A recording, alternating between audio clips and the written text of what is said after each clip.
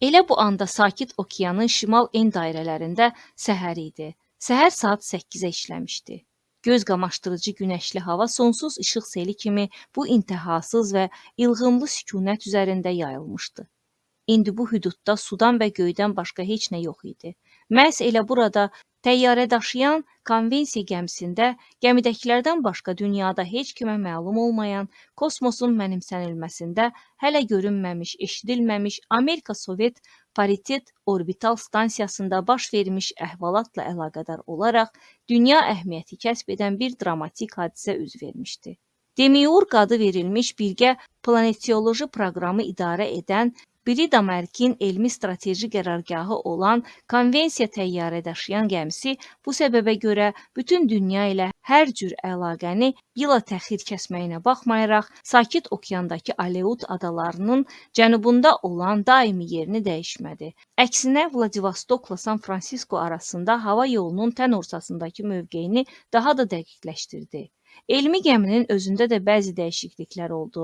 Belə ki, birgə proqramın Amerika və Sovet baş müştərək rəhbərliyinin göstərişinə əsasən kosmik əlaqə bloklarından paritetdə baş vermiş fövqəladə hadisə ilə əlaqədar məlumatı qəbul etmiş növbətçi operatorların bir Sovet, bir də Amerikalı hər ikisi bu məlumatların kənara yayılmağının qarşısını almaq məqsədi ilə müvəqqəti olsa da ciddi nəzarət altına alındı. Konvensiyanın heç bir hərbi məqsəd daşımadığına və xüsusilə üstündə heç bir silah gəzdirmədiyinə, yalnız BMT-nin xüsusi qərarına əsasən beynəlxalq toxunulmazlıq statusuna malik olduğuna baxmayaraq, gəmi heyətində yüksək hazırlıq vəziyyəti elan edildi. Gündüz saat 11 üçün 5 dəqiqəlik fasilə ilə konvensiyaya hər iki tərəfdən məsul komissiya gəlməli idi. Onların öz ölkələrinin, eləcə də dünyanın təhlükəsizliyi naminə təcili qərar çıxarmaq və əməli tədbirlər görmək üçün qeydsiz, şərtsiz hüquq və fövqəladə səlahiyyəti vardı. Beləliklə, konvensiya təyyarə daşıyan gəmisi açıq okeanda Aleut adalarının cənubunda Vladivostokla San Fransisko arasında məsafənin tən ortasında dayanmışdı. Bu yer təsadüfən seçilməmişdi. Əvvəllər heç vaxt təsadüf edilməyən bir dəqiqliklə Demiurqun yaradıcıları gəminin lövbər saldığı yeri də əvvəlcədən müəyyən etmişdilər. Bu da belə nadir beynəlxalq elmi-texniki əməkdaşlığın tam bərabərlik prinsipini əks etdirirdi. Konvensiya təyyarə daşıyan gəmisi bütün avadanlığı, təchizatı, enerji ehtiyatı ilə birlikdə hər iki ölkənin bərabər dərəcədə şərikli malı, yəni pay vermiş ölkələrin kooperativ gəmisi idi. Onun birbaşa həm də eyni vaxtda fəaliyyət göstərən Sarı Özək və Nevada kosmodromları ilə radio, telefon və televiziya əlaqəsi vardı. Təyyarə daşıyanda cəmi 8, hər ölkədən 4 reaktiv təyyarə vardı. Bu təyyarələrdən daimi yük və adam daşımaları, eləcə də Bridamerkin qitələrlə əlaqəsi üçün istifadə edilirdi. Konvensiyada 2 paritet kapitan vardı. Sovet və Amerikalı paritet kapitan 1-2 və paritet kapitan 2-1. Onların hər biri öz iş növbəsində əsas sima idi. Gəmidəki bütün ekipajın bu qayda üzrə dublyoru vardı. Paritet kapitanların köməkçiləri, şturmanlar, matroslar, xidmətçilər. Bridamerkin konvensiyadakı elmi-texniki əməkdaşlarının tərkibi də bu sistem üzrə qurulmuşdu. Hər iki tərəfdən proqramın birgə baş rəhbərliyindən tutmuş baş paritet paleontoloq 1-2-2-1 sistemi üzrə fəaliyyət göstərməklə yerdə qalan elmi işçilər və qalan mütəxəssislərin hamısının eyni qayda ilə dublyorları olduğu üçün hər iki tərəfin bərabər sayda adamı vardı. Elə buna görə də indiyə qədər təsadüf edilən orbitlərdən yer kürəsindən ən uzağı olan tramplin orbitindəki stansiyanın adını paritet, yəni bərabərlik qoymuşdular ki, öz adı ilə yerdəki münasibətləri əks etdirsin. Söz yox ki, bütün bu məsələlərdən əvvəl hər iki tərəfin elmi, diplomatik, inzibati idarələri böyük və müxtəlif hazırlıq işləri aparmışdı. Demiurq proqramındakı bütün ümumi və xüsusi məsələlərin razılaşdırılması üçün hər iki tərəf uzun illər ərzində saysız-hesabsız görüşlər və müşavirələr keçirməli olmuşdu. Demiurq proqramı insan təsəvvürünə sığmayan bir daxili enerjiyə malik olan mineraldan istifadə məqsədi ilə X planetini və həmin mineralın planetdəki ehtiyatını öyrənmək kimi əsrin ən möhtəşəm kosmoloji məsələsini qarşıya qoyurdu. Planetin üst təbəqələrində demək olar ki, açıq laylar şəklində yatan süxurun 100 tonundan müvafiq şəkildə işlənəndən sonra o qədər daxili enerji əldə etmək olardı ki, o başqa enerjiyə çevrildikdə bütün Avropanın bir illik istilik və elektrik enerjisini ödəyərdi. Bir çox milyard illər ərzində davam edən uzun müddətli planetar təkamülün təsiri altında qalaktikada yaranmış xüsusi şərait nəticəsində X planeti materiyasının energetik xüsusiyyəti belə idi. Bunu dəfələrlə kosmik cihazlar vasitəsilə X-in səthindən alınmış süxur nümunələri, eləcə də bizim Günəş sisteminin bu qırmızı planetinə edilən qısa müddətli səfərlər təsdiq edirdi. X-in mənimsənilməsinin xeyrinə bir də o amil həlledici rol oynayırdı ki, ilk nəzərdə boş səhra təsiri bağışlayan bu planetin dərinliklərində elmə məlum olan başqa planetlərin hamısından fərqli olaraq Ay və Venera da daxil olmaq şərti ilə su vardı. X-də həqiqətən su olduğunu aparılan qazıma işləri də təsdiq edirdi. Alimlərin hesablamalarına görə X-in səthi altında bir neçə kilometr qalınlığı olan su qatı ola bilərdi. Fərziyyəyə görə bu su yatağının sabit vəziyyətdə saxlayan soyuq daş süxurları idi. Demiurg proqramının reallığını təmin edən amil də məhz X planetində belə böyük su ehtiyatının olması idi.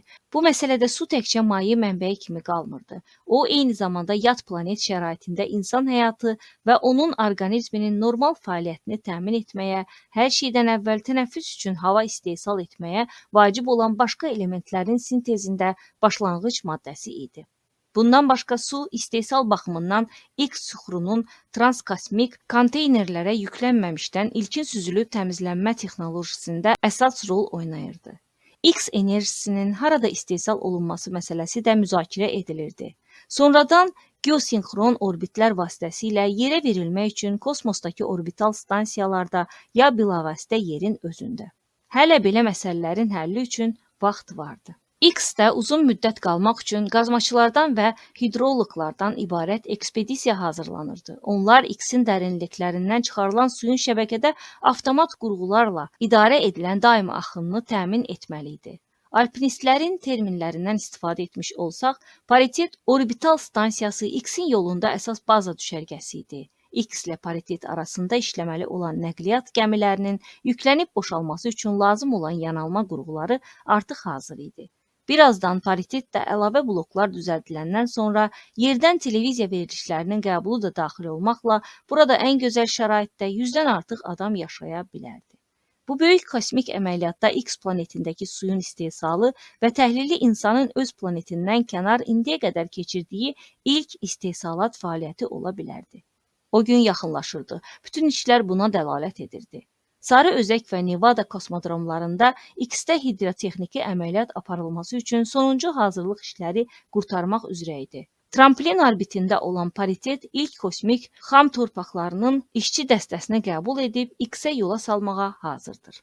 Mahiyyət etibarilə müasir bəşəriyyət özünün yerdən kənar sivilizasiyasının astanasında dayanmışdı. Məhz belə bir anda hidroloqların birinci dəstəsinin X-ə göndərilməsi ərəfəsində Tramplin orbitindəki paritetdə uzun müddətli kosmik növbədə olan 2 paritet kosmonavt yerli dibli yoxa çıxmışdı. Onlar nədənsə göndərilən siqnalların heç birinə cavab vermirdilər. Nə müəyyən edilmiş vaxtdakı rabitə seanslarına, nə də başqa vaxtlarda verilən siqnallara. Bu çox ağır təəssürat yaratmışdı. Stansiyanın yerini müntəzəm olaraq qeyd edən göstərici cihazlardan və onun hərəkətini dəqiqləşdirən kanaldan başqa radio-televizyon rabitənin bütün qalan sistemləri işləmirdi. Vaxt gedirdi. Paritet heç bir müraciətə hay vermirdi. Konvensiyada narahatlıq getdikcə artırdı. Görəsən paritet kosmonavtlara nə olub? Onlar nə səbəbə susurlar? Bəlkə xəstələniblər, bəlkə xarab olmuş bir şey yeyib zəhərləniblər və ümumiyyətlə sağdırlarmı? Nəhayət sonuncu vasitəyə əl atıldı. Stansiyada ümumi yanğın həyəcanı siqnalının işə salınması barədə xüsusi radio əmri göndərildi. Bu qorxuducu hərəkətə də heç bir cavab verilmədi. Demiurg proqramı ciddi təhlükə altında idi. Onda konvensiyadakı biri də mərg vəziyyəti aydınlaşdırmaq üçün özünün son imkanına əl atdı. Paritetlə birləşmək üçün təcili olaraq Nevada, Sarı Özək kosmodromlarından ilk kosmik gəmi buraxıldı. Öz-özlüyündə son dərəcə çətin bir iş olan sinxron birləşmə başa çatandan sonra paritetə daxil olmuş nəzarətçi kosmonavtlardan alınan ilk məlumat sarsıdıcı təsir bağışladı. Onlar bütün bölmələri, bütün laboratoriyaları, bütün mərtəbələri, lap son künc bucağınacan hər yeri yoxlayandan sonra xəbər verdilər ki, paritet kosmonavtları stansiyanın bortunda tapa bilməyiblər. Onların nə ölüsü vardı, nə dirisi. Belə şey heç kəsin ağlına gəlməzdi. Heç bir təxəyyülün qüdrəti çatmazdı ki, bunu təsəvvür eləyə bilsin. 3 aydan bəri orbital stansiyada olan, üzərlərinə düşən vəzifəni bu vaxta qədər dəqiq yerinə yetirən 2 adam hara yox ola bilərdi? Buxarlanıb yox olmamışdılar ki. Açıq kosmosa çıxa bilməzdilər ki. Paritetin yoxlanılması konvensiyadan birbaşa radio-televizyon rabitə vasitəsilə hər iki müştərək baş rəhbərlər, baş paritet planetoloqların bilavasitə iştirakı ilə gedirdi. Nəzarətçi kosmonavtların orbital stansiyanın bölmə və otaqlarını çəkisizlik şəraitində üz-üzə, danışa-danışa necə keçdikləri biri Damerkin ekranlarında yaxşı görünürdü. Onlar stansiyanı addım-addım yoxlayır, müşahidələri barədə məlumat verirdilər. Bu danışıqlar maqnitofon lentinə yazılırdı. Paritet, fikir verirsinizmi? Stansiyada heç kim yoxdur. Biz heç kimi görmürük. Konvensiya. Stansiyada sınmış şeyləri, pozuntu, dağıntı izi görürsünüzmü? Paritet, yox, hər şey öz qaydasında, hər şey öz yerindədir. Konvensiya, qan izinə rast gəlməmisiniz? Paritet, qətiyyən. Konvensiya, paritet kosmonavtların şəxsi şeyləri harada və nə vəziyyətdədir? Paritet, deyəsən şeylər öz yerindədir. Konvensiya, yenə də olsun, diqqətlə baxın. Paritet, adama belə gəlir ki, onlar lap bu yaxınlarda burada olublar. Kitablar, saat, baloxutduran qalan şeylər də yerindədir. Konvensiya, yaxşı, divarda ya kağızda yazıdan filandan yoxdur. Paritet, gözümə belə bir şey dəyməyib. Yox, dayanın. Növbə jurnalının açıq səhifəsində nə isə böyük bir yazı var. Çəkisizlik şəraitində üzməsin deyə qısqaclarla bərkidilib, açıq səhifələri də girişə tərəf çevrilib. Konvensiya, oxuyun, niyə ləngidirsiniz?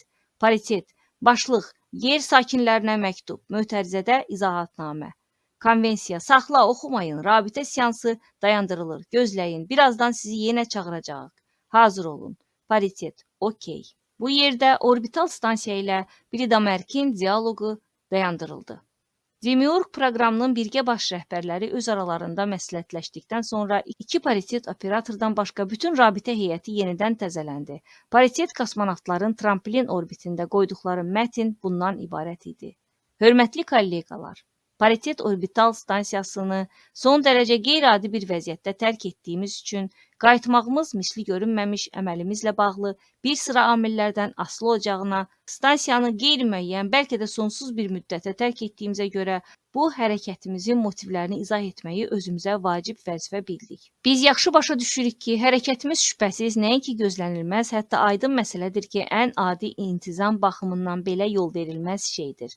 Lakin kosmosdakı orbital stansiyada olduğumuz vaxt üz-üzə gəldiyimiz nadir bir fakt, bəşər mədəniyyəti tarixində misli çətin təsəvvürə gətirilə biləcək bir fakt heç olmasa bizi başa düşəcəyinizə ümid verir.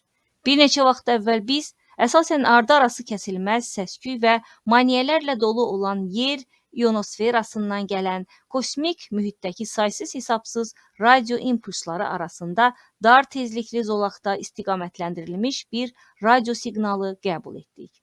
O, ən dar zolaqda olduğu üçün asanlıqla seçilirdi. Həmişə eyni vaxtda, eyni fasilələrlə müntəzəm olaraq səslənirdi. Əvvəlcə biz ona o qədər də diqqət vermirdik. Lakin o təkidlə səslənməkdə davam edirdi. Sistematik olaraq kainatın eyni nöqtəsindən bizim orbital stansiyaya yönəldilirdi. İndi biz qəti surətdə bilirik. Bu süni surətdə səmtləşdirilən radio dalğaları əvvəllər də efirə buraxılmış, axı il yarımdan artıqdır ki, paritet uzaq kosmosda tramplin orbitindədir. Kainatdan verilən bu siqnalla ilk dəfə nə üçün məhz bizim maraqlandığımızı izah etmək çətindir. Görünür, bu bir təsadüfdür. Hər nəysə, biz bu hadisənin mənşəyini öyrənməyə, müşahidə aparmağa və qeydlər etməyə başladıq. Getdikcə daha artıq inanmağa başladıq ki, bu süni mənşəli bir siqnaldır. Ancaq biz bu fikirlə o qədər də tez razılaşmadıq. Bütün o müddət ərzində şübhə bizdən əl çəkmirdi. Bizə süni mənşəli görünən kainat aləminin əsrarəngiz dərinliklərindən gələn bircə radio siqnalına istinad edərək necə təsdiq edə bilərdik ki, yerdən kənar sivilizasiya vardır. Bizi bir məsələ düşündürürdü, daşındırırdı. Elmin ən minimal məqsədlə heç olmasa qonşu planetlərdə ən bəsit şəkildə də olsa bir həyat əlaməti tapmaq təşəbbüsü məlum olduğu kimi dəfələrlə ümidsizcəsinə nəticəsiz qalmışdı. Yerdən kənar şuurun mövcudiyyətinə yuman az idi. Daha sonra bunu qeyri-real, hətta utopik bir şey kimi qiymətləndirməyə başlamışdılar. Çünki kosmik fəzanın tədqiq edilməsi sahəsində atılan hər yeni addım bu şansı hətta nəzəri planda belə azaldırdı. Hətta deyə bilərik ki, o praktiki olaraq sıfıra enmişdi. Fərziyyələrimiz barədə məlumat verməyə cürət eləmirdik. Biz yeganə misilsiz vahid bioloji fenomen olan canlı həyatın yalnız yer planetində mövcud olduğu barədə hər tərəfdə qəbul edilmiş fikri şübhə altına almaq qəsdində deyildik. Bu sahədəki şübhələrimizi başqalarına danışmağı özümüzə borc saymırıq. Çünki bu cür müşahidələr orbital stansiyada üzərimizə düşən vəzifəyə daxil deyildi. Kainatda yerdən kənar şuurlu həyatın olduğunu sübut edən bir hadisə baş verəndən sonra artıq bizim üçün gec idi. Şuurumuzda sıçrayış əmələ gəldi. Kainat quruluşu haqqındakı təsəvvürlərimiz dəyişdi və birdən bizə agah oldu ki, əvvəlkindən fərqli olaraq tamamilə başqa kateqoriyalarla düşünürük. Kainat quruluşunun keyfiyyətcə yeni dərki, yaşayışa olan yeni mövqeyinin kəşfi, yeni və qüdrətli bir şuur enerjisi ocağının mövcud olması bizi belə bir qənaətə gətirdi ki, yer haqqında yeni qayğı anlayışından çıxış edərək biz yeni kəşfimizi müəyyən vaxta qədər yer sakinlərindən gizli saxlayaq. Biz bu qərara ən müasir cəmiyyətin mənafeyini nəzərə alaraq gəlmişik. İndi isə məsələnin məğzinə keçək. Hadisə necə baş verdi? Bir dəfə maraq üçün qərara gəldik ki, həmin tezlik zolağında kainatın həmin sirli və müntəzəm radio impulsları gələn nöqtəsinə konkret məqsədli cavab radiosiqnalı göndərək. Möcüzə baş verdi. Siqnalımız bila təxir qəbul olundu. O həm tutulmuş, həm də başa düşülmüşdü. Cavab olaraq bizim qəbul zolağında əvvəlki ilə yanaşı bir dublda işə düşdü. Daha sonra biri də. Bu salam üçlüyü idi. Kainatdan verilən bu üç sinxron radiosiqnal bir neçə saat davam elədi. Onlar bizim qalaktikadan kənarda şüurlu həyatın olması barədə həm də ağlasığılmaz bir uzaqlıqda olsa da özlərinə bənzər məxluqatla əlaqə yaratmaqda sonsuz yüksək qabiliyyət sahibi olduqlarını bildirən şadlıq marşı kimi özləri ilə sevinç xəbəri gətirirdi. Bu, bizim kosmos biologiyası haqqındakı təsəvvürümüzdə zaman quruluşu, məkan, məsafə haqqında anlayışımızda inqilab idi. Doğrudanmı biz bu dünyada tək deyildik? Doğrudanmı yer üzündəki insan təcrübəsi kainatda mənəviyyət sahibi olmaq sahəsində müstəsnalıq təşkil etmir? Rast gəldiyimiz yerdən-kənar sivilizasiyanın real həqiqət olmasını yoxlamaq üçün biz ibtidai yaranışdan başlamış ta bu günə kimi həyat beşiyimiz olan yer kürəsinin düsturunu radiosiqnallarla ora göndərdik. Biz cavabında düsturun açılmış şifrini və eyni zamanda onların təxminən bizim yerə bərabər olan planetlərinin kütləsinin düsturunu aldıq. Biz bundan belə qənaətə gəldik ki, onların yaşadığı planetin ölçüsü kifayət qədər böyükdür. Cazibə qüvvəsi də bizim üçün məqbuldur. Beləliklə biz ilk fiziki qanunlar haqqında fikir mübadiləsi elədik. Bu üsulla yer kürəsindən kənarda ilk dəfə ağıl sahibləri ilə təmasda olduq. Kənar planetdə yaşayanlar əlaqəni dərinləşdirmək, yaxınlaşmaq mənasında çox fəal tərəf müqabil çıxdılar. Onların cəhdi ilə əlaqələrimiz tezliklə yeni məzmunla daha da zənginləşdi. Birazdan bizə məlum oldu ki, onlar hərəkəti işıq sürətinə bərabər olan uçan aparatlara malikdirlər. Bunları və bundan başqa şeyləri də biz əvvəlcə riyazi və kimyəvi düsturlar vasitəsilə fikir mübadiləsi aparmaq imkanından istifadə etmək yolu ilə öyrəndik. Sonra onlar bizə bildirdilər ki, danışmağı da bacarırlar.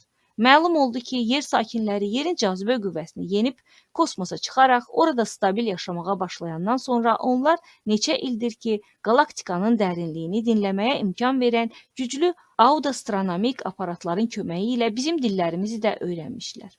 Yerlə kosmos arasında gedən müntəzəm radio danışıqlarını tutaraq bizim sözlərin, cümlələrin mənasını müqayisə və təhlil yolu ilə özləri üçün müəyyənləşdirməyə nail olublar. Onlar fikirlərini bizə ingilis və rus dillərində izah etməyə cəhd göstərəndə biz buna özümüz əmin olduq. Bu bizim üçün daha bir ağlasığmaz, heyrətamiz kəşf idi. İndi isə əsas məsələ haqqında. Biz cəsarət edib yerdən kənar sivilizasiyası olan bu planetə getmək qərarına gəldik. Meşəli döş. Onların planetinin adını özümüz üçün təxminən belə müəyyən eləmişik.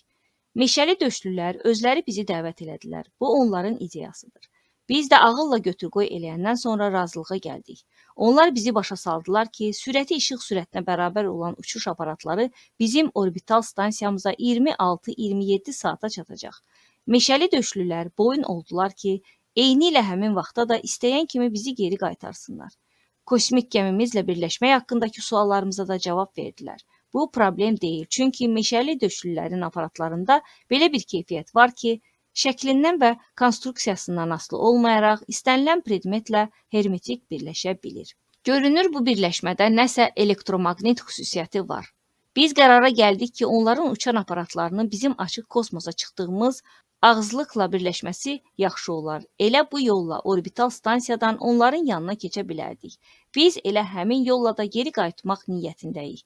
Əlbəttə, meşəli döşə olan səyahətimiz uğurla başa çatarsa. Beləliklə, biz paritetdə öz məktubumuzu deyəkmi, izahatımızı açıq məktubumuzu, müraciətimizi deyəkmi qoyub gedirik. Söhbət bunun adında deyil. Biz nə elədiyimizi kifayət qədər ayıqlıqla qiymətləndirir, üzərimizə necə ağır məsuliyyət yükü götürdüyümüzü başa düşürük. Onu da başa düşürük ki, bəşəriyyətə belə nadirdən də nadir xidmət göstərmək üçün talih məhz bizə imkan yaratmışdır. Biz bundan daha da yüksək bir şey təsəvvürümüzə gətirə bilmirik. Lakin bizə ən çox əzab verən vəzifə bağlılıq, borcluluq hissini, ən nəhayət intizam hissini yenmək idi. O şey ki, bizim hər birimizdə çoxdanın ənənələri, qanunları və ictimaiyyətin əxlaq normaları tərbiyə edib.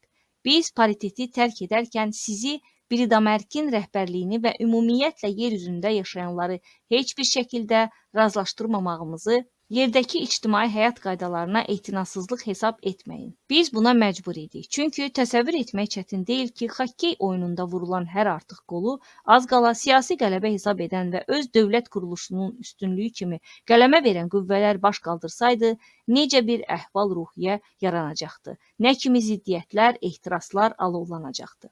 Əfsus, biz yerdəki vəziyyətə çox yaxşı bələdik. Kim zəmanət verə bilər ki, yerdən kənar sivilizasiya ilə əlaqə yaratmaq imkanı yer sakinlərinin arasında yeni dünya qırğını düşməsinə səbəb olmayacaq.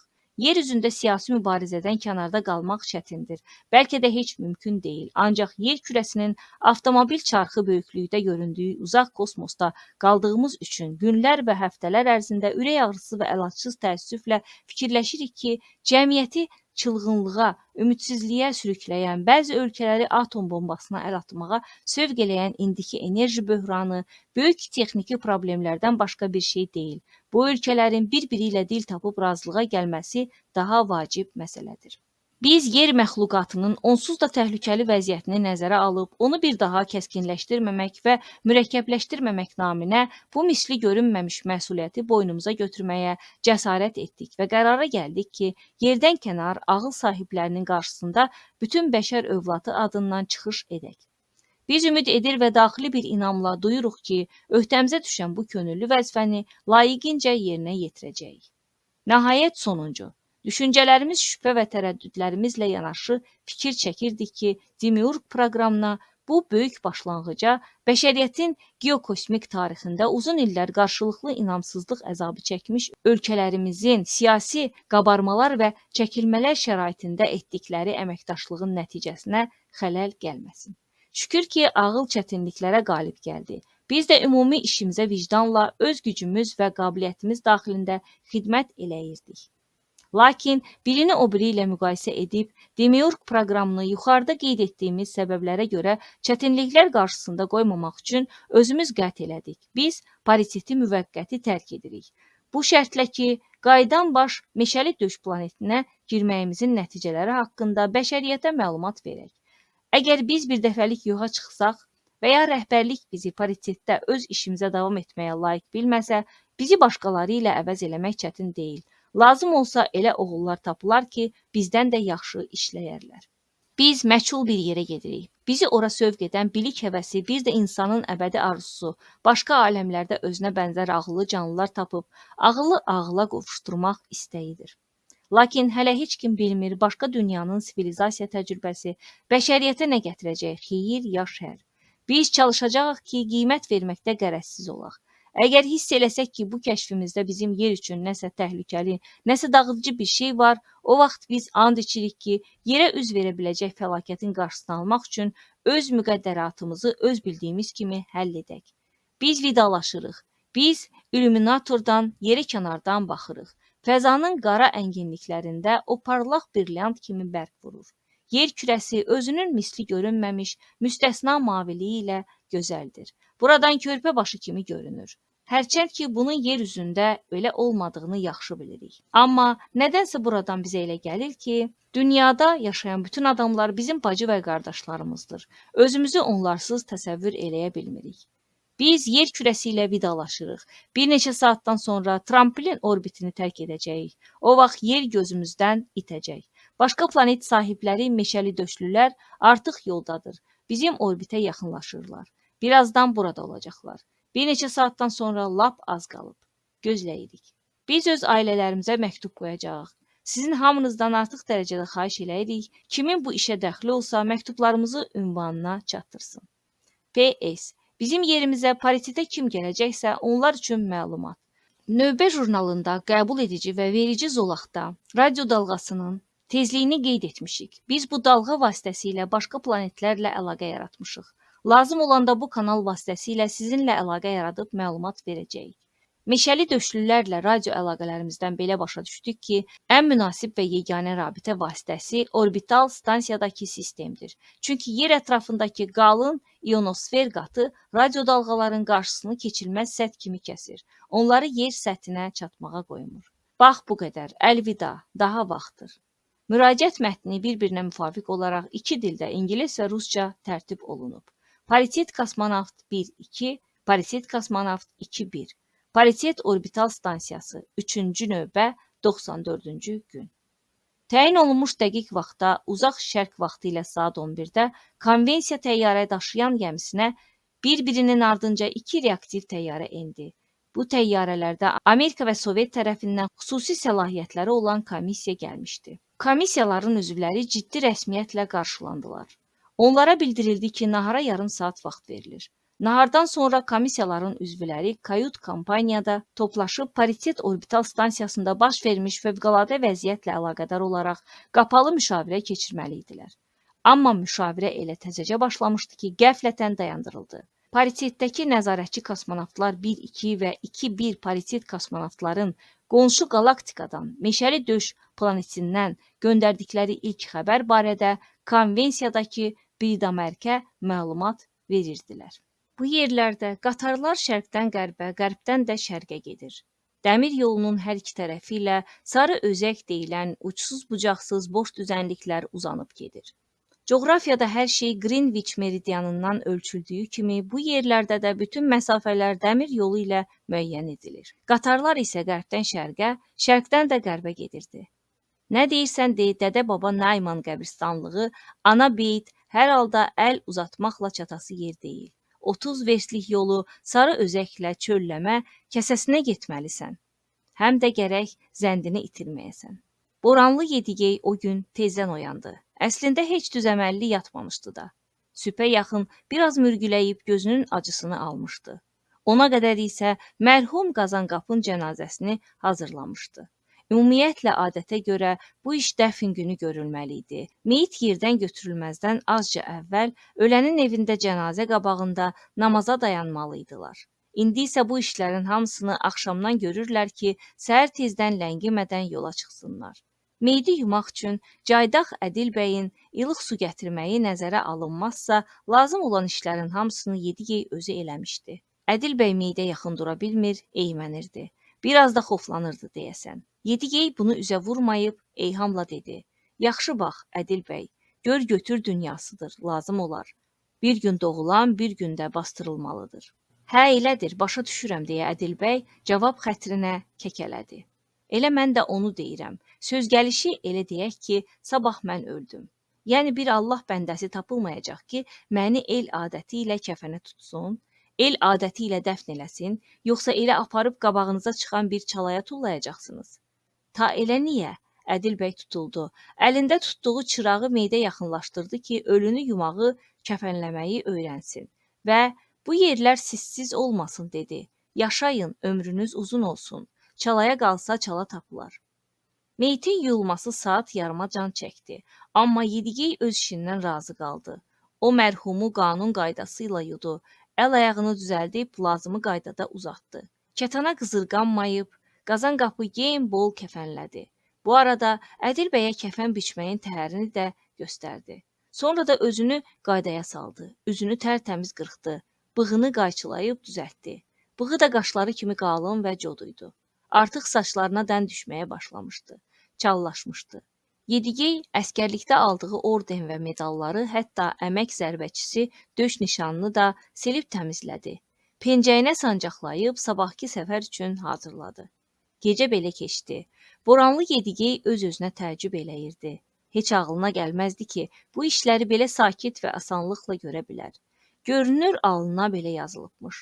Qazanqapı dəfn eləmək ona tapşırılıbmış. Bu taleyin əmri imiş. Bəli, belə şeylər. Onlar Kumbel stansiyasında ilk dəfə görüşəndə kimin ağlına gələ bilərdi ki, belə olacaq? Yedigeyi beyin sarsıntısından sonra ordudan 44-ün axırında tərxis elədilər. Qıraqdan baxan deyərdi ki, nə var, sağlam adamdır, əl ayağı yerində, başı da üstündə. Başı üstündə olmağına üstündə idi, amma digər ki, elə bil özünün deyildi. Qulaqlarında səs vardı, aramsız külək uğultusu kimi. Bir neçə addım gedən kimi səndələyir, başı hərlənir, ürəyi bulanır, həm də bərk tərləyirdi. Onu gah isti, gah soyuq tər basırdı. Bəzən dili də söz tutmurdu. Bir kəlmə kəsmək ona asan başa gəlmirdi. Alman mərmisinin partlayış dalğası onu möhkəmcə sarsıtmışdı. Öldürməyinə öldürməmişdi, amma belə yaşamağın da bir mənası yoxdu. Onda Yedigey tamam ruhdan düşmüşdü. Elə tutaq ki, qayıtdı evlərinə, Aral dənizi sahilinə. Görkəmcə cavan, sağlam, digər ki, nə iş görəcək, nəyə yarayacaq. Xoşbəxtlikdən bəxtinə yaxşı həkim çıxmışdı. Əslində, onu heç müalicə də eləmədi. Eləcə müayinədən keçirtdi, qulaq astı, yoxladı. İndi də gözünün qabağındadır. Əynində ağ xalat, başında həkim papağı, yekəburun, güləş gözlü, zorba kürən bir kişi idi. Gülə-gülə onun çiyninə şappıldadıb dedi. Görürsən də, qardaş, daha davanın axırına bir şey qalmayıb, yoxsa səni təzədən orduya qaytarardım. Hələ biraz da vuruşardın. Daha keçib, sənsiz də qələbəyə çatırıq. Amma sən ürəyini lap buz kimi elə. Bircə ildən sonra bəlkə də daha tez hər şey öz qaydasında olacaq. Lap kəl kimi sağlam olacaqsan. Bax, mənim bu sözümü yadda saxla. Vaxt gələr, özün görərsən. İndi isə şələ küləni yığışdır, qayıt dədə baba yurduna. Özü də heç fikir zad eləmə. Sənin kimilər 100 il yaşayırlar. Elə o kürən həkimin dediyi kimi də oldu. Düzdür, ey, dildə bircə il deməyə nə var? Bəs hospitaldan necə çıxmışdı? Əynində əzi üzük şinel, çiynində əskər torbası. Ehtiyat üçün qoltuq ağacı da vermişdilər. Şəhərə çıxanda elə bil qalın meşəyə düşdü. Başı uğuldayır, ayaqları əsir, gözləri qaralırdı. Vağzallarda, qatarlarda da kimin nə borcuna? Camaat qarışqa kimi zoru çatan dürtür özünü qabağa, səni də itələyir qırağa. Axır ki, bir təhər gətirib özünü çatdırdı. Gərəz ki, bir ay sərgərdanlıqdan sonra qatar gecəykən Aralsk stansiyasında dayandı. 507-ci kefçil deyərdilər o məşhur qatara. Kaş Allah heç vaxt heç kimə belə qatarlarda getməyi qismət eləməsin. O vaxt beləsinə də şükür eləyirdi. Qaranlıqda vaqondan düşdü, elə bil dağdan endi. Döyüküb dayandı, göz gözü görmürdü. Təkcə adda-budda stansiya işıqlarının işartısı gəlirdi. Küləkli hava idi. Onu qarşılayan da bu külək oldu. Doğma, öz aralının küləyi idi. Elə bil üzünə dəniz çiləndi. O vaxtlar dəniz lap yaxındaydı. Dəmir yolunun böyründə ləpələnirdi. İndi heç binokulla da görmək olmur. Nəfəsi darıxdı. Çöldən Aral düzənlərinin yaz oyanışından xəbər verən yapıxmış yovşan qoxusu gəlirdi. Axır ki, yenə doğma yerlərdədir. Yedigey stansiyaya, dəniz sahilindəki stansiya qəsəbəsinə, qəsəbənin əyri-ürü küçələrinə yaxşı bələd idi. Palçıq yapışqan kimi çəkmələrinə yapışırdı. O istəyirdi ki, qalıb tanışları gildə gecələsin. Səhəri öz balıqçılıq ağulları Cangəldiyə yol alsın. Çünki ora xeyli yol vardı. Heç özü də hiss etmədi ki, küçə nə vaxt gətirib çıxarıb onu qəsəbənin qurtaracağındakı sahilə. Daha bu yerdə Yedigey özünü saxlaya bilməyib, lap dənizə sahilə yaxınlaşdı. Dayandı. Ay Dan qaranlığının bulud topalarının arasından tənha bir ləkə kimi ağarırdı. Görüşməmişik deməli. Salam Aral, Yedigey pıçıldadı. Sonra daş üstə oturdu. Həkimlər xəstəliyinə görə çəkməyi məsləhət bilməsələr də papiros yandırdı. Sonralar o bu pis vərdişindən əl çəkdi. Amma onda yaman həyəcanlanmışdı və necə yaşayacağını müəyyən eləyə bilmədiyi halda papiros tüstüsü nə şeydi ki? Dənizə çıxmaq üçün gərəkdir ki, güclü əllərin ola, həm də güclü belin, ən vacibi isə möhkəm baş lazımdır ki, kərəci səni çalxalayıb tutmasın. Cəbhəyə qədər vətəgədə balıqçı idi, bəs indi kimdir? Nə əlil kimi əlildir, nə sağlam kimi sağlam, nə tüfəngə çaxmaq, nə dümbəyə toxmaq. Qərəz ki, bu başla balıqçılıq tutmazdı. Bu barədə heç danışmağa dəyməz. Yedigey yerindən durmaq istəyirdi ki, haradansa suyun qırağına bir ağ it gəldi. İt ləpə döyəndə tənbəl-tənbəl lökküyürdü. Hərdən bir də ciddi iş görürmüş kimi dayanıb nəmişlik qumu imsiləyirdi. Yedigey onu səslədi. İt ehtiyat eləmədən yaxına gəlib onun yanında dayandı. Quyruğunu buladı. Yedigey onun pırtlaşıq qıllı boynunu əlləşdirdi. Sən hardan çıxdın, hə? Adın nədir? Arslansan, pələngsən, qurtbasan, hə? Başa düşürəm, sahildə balıq axtarırsan. Hə, afərin, afərin. Amma dəniz hər ölü balığı ayaq altına atmır. Neyləmək olar? Gərək axtarasan. Elə ona görə də qabırğaların sayılır. Mənsə dostum evə qayıdıram. Kenisberg yaxınlığından. O şəhərə girməyimə lap az qalmışdı. Düşmən mərmisi lap böyrümdə partladı. Qədər qismətdən ölmədim. Sağ çıxdım. İndi isə fikirləşirəm, götür-qoy eləyirəm, nə eləyim, necə olsun. Niyə belə baxırsan? Axı sənə verməli heç nəyim yoxdur. Olan qalanım ordenlərim, medallarımdır. Müharibədir dostum, hər yerdə aclıqdır. Yoxsa varlığa nə darlıq. Bir dayan, bax biraz mampası var. Balama aparıram. O indi yəqin yekə oğlan olub. Yürür, qaçır. Yedigey ərinmədən yarıboş əskər torbasını açdı. Torbada qəzet cırığına bir ovuc şirniyyat bükülmüşdü. Yol keçdiyi stansiyaların birində arvadı üçün əldən aldığı yaylıq 2 parça da sabun vardı. Onu da alverçilərdən almışdı. Bunlardan başqa torbada bir dəst alt paltarı, kəmər, pilotka, köynək, şal vardı. Bütün yükü elə bu idi. İt ovcunda mampasını yalayıb, quyruğunu bulaya-bulaya, etibar və ümidlə işıldayan gözlərini ona dikərək şirini xırtıldatdı. Sağlıqla qal, mən getdim. Yedigey ayağa durub sahil boyunca yola düzəldi. Qət elədi ki, daha stansiyadakı tanışlarını narahat eləməsin. Səhərə az qalırdı. Ləngiməyin yeri yoxdur. Çalışıb özünü Cangəldiyə çatdırmalıydı. Həmin gün bütün yolu dəniz sahili ilə gedib ancaq günorta üstü Cangəldiyə çata bildi. Bu xəstəliyindən əvvəl Yedigey bu yolu iti yerişlə 2 saata gedərdi. Aldığı dəhşətli xəbər onu ildırım kimi vurdu. Sən demə, oğul balası çoxdan dünyadan köçübmüş. Yedigeyi səfərbərliyə alanda körpə 6 aylıq idi. Demə nəsib deyilmiş. Körpəciyi 11 aylığında ölübmüş. Qızılca çıxarıb, içinin istisinə qızdırmaya tab gətirməyib, yanıb gedib. Bu qara xəbəri atasına yazmaq istəməyiblər. Hara yazsınlar, niyə yazsınlar? Müharibənin öz acı zəhrimarı onsuz da bəs eləyir. Sağ qaydar, gələn baş bilər. Bir müddət xiffət çəkər, bir təhər dözər. Deyə Ukubalanın qohumları ona məsləhət görmüşdülər ki, kişiyə xəbər verməsin. Demişdilər ki, hələ cavansınız, müharibə qurtarar, Allah qoysa, təzə oğul uşaq sahibi olarsınız. Budaqsınsa eybi yox, tək çinarın gövdəsi salamat olsun. Bir fikir də var, heç kim dilə gətirməsə də içində hərləyirdi. Şər deməsən xeyir gəlməz, müharibədir. Tələf olsa qoy son anda bu işıqlı dünya ilə ümidlə vidalaşsın. Yəni bilsin ki, nəsli kəsilmir, yurdunda qalan tifili var. Ukubala özünə divan tuturdu. Ərinə sarılıb elə hönkürürdü ki, elə bil bu dəqiqə bağrı çatlayacaq. Axı o, bu günü ümidlə, ürək ağrısı ilə, üzüntülü bir intizarla gözləyirdi. Gözünün yaşını sel kimi axıdıb deyirdi ki, ağbirçək qarılar ona vaxtında dedilər ehtiyatlı olsun. Uşaq qızılcadır ha, bu xatalı şeydir. Körpəni isti yorğana bükmək lazımdır. Özü də dəvə yunundan sırınmış olsun. Dedilər tamam qaranlıqda saxla. Çoxlu sərin su içirt. Sonrası Allah kərimdir. Qızdırmaya tab gətirsə sağalacaq. Mən qarabəxt Aulun ağbirçəklərinin sözünə baxmadım. Qonşudan araba alıb xəstə uşağı stansiyadakı qadın həkiminin yanına apardım. Uşağı arabada silkələyə-silkələyə Aralska çatdıranacan gec oldu. Tifilim elə yoldaca yanıb külə dönmüşdü. Həkim ağzından çıxanı mənə dedi ki, gərək ağbirçəklərin sözünə qulaq asaydın. Yediyeyi qapıdan içəri girəndə belə bir xəbər gözləyirdi.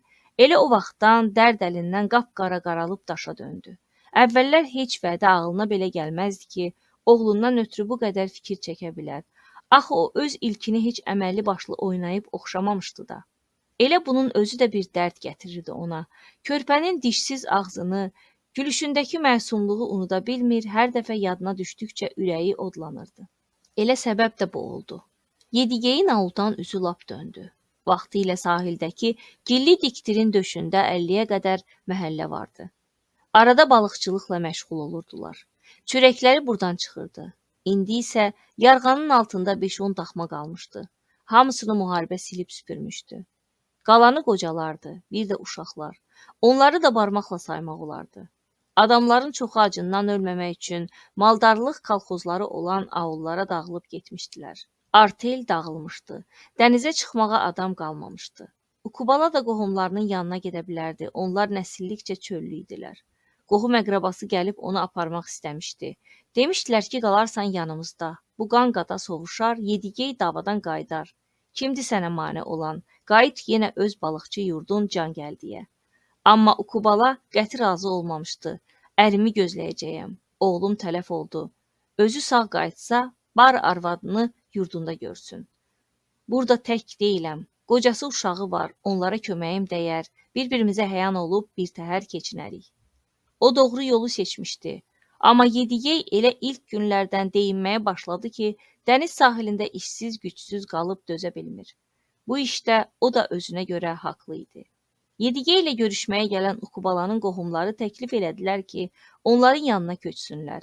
Dedilər ki, çöldə sürülərin yanında dolanarsan, yavaş-yavaş canın başın düzələr, bir işin qulpundan yapışarsan, naxıra ki gedə bilərsən. Yedigey dil ağız elədi, amma razılaşmadı. Başa düşürdü ki, artıq yük olacaq.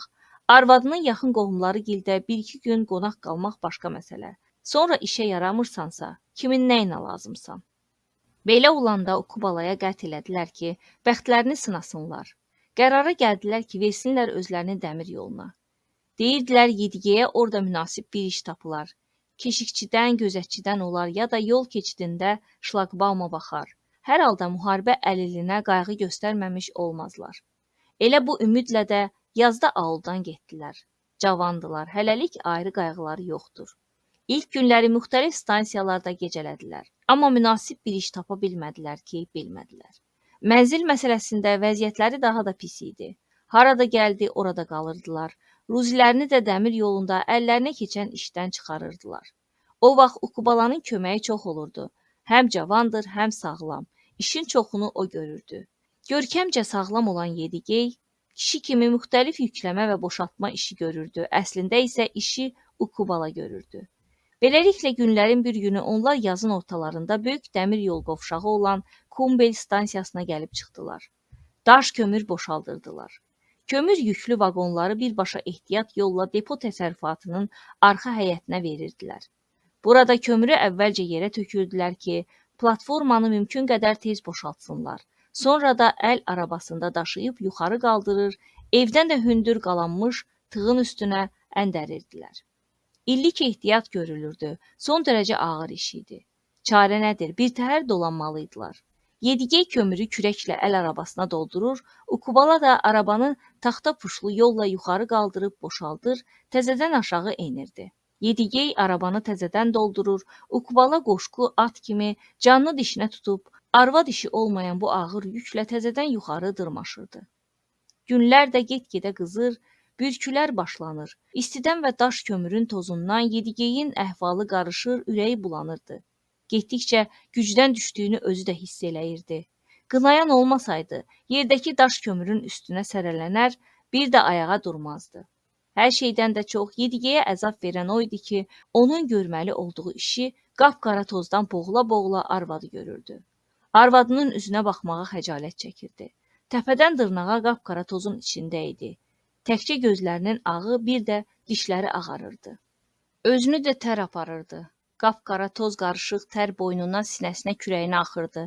Əvvəlki sağlamlığı, gücü yerində olsaydı heç buna yol verərdimi? Bu lənətə gəlmiş daş kömürün 10 vaqonunu tək başına boşaldardı. Tək ki arvadının bu zülmünü görməyəydi.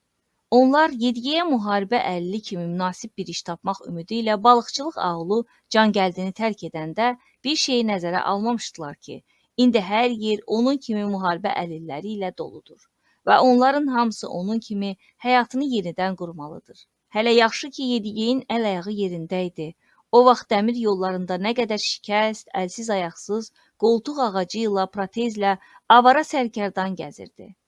Ağzınacan dolu üfunətli stansiya binasının bir küncünə sığınıb uzun gecələri yola salanda Ukubala ürəyində Allahına min dəfə şükür eləyirdi ki, əri yanındadır.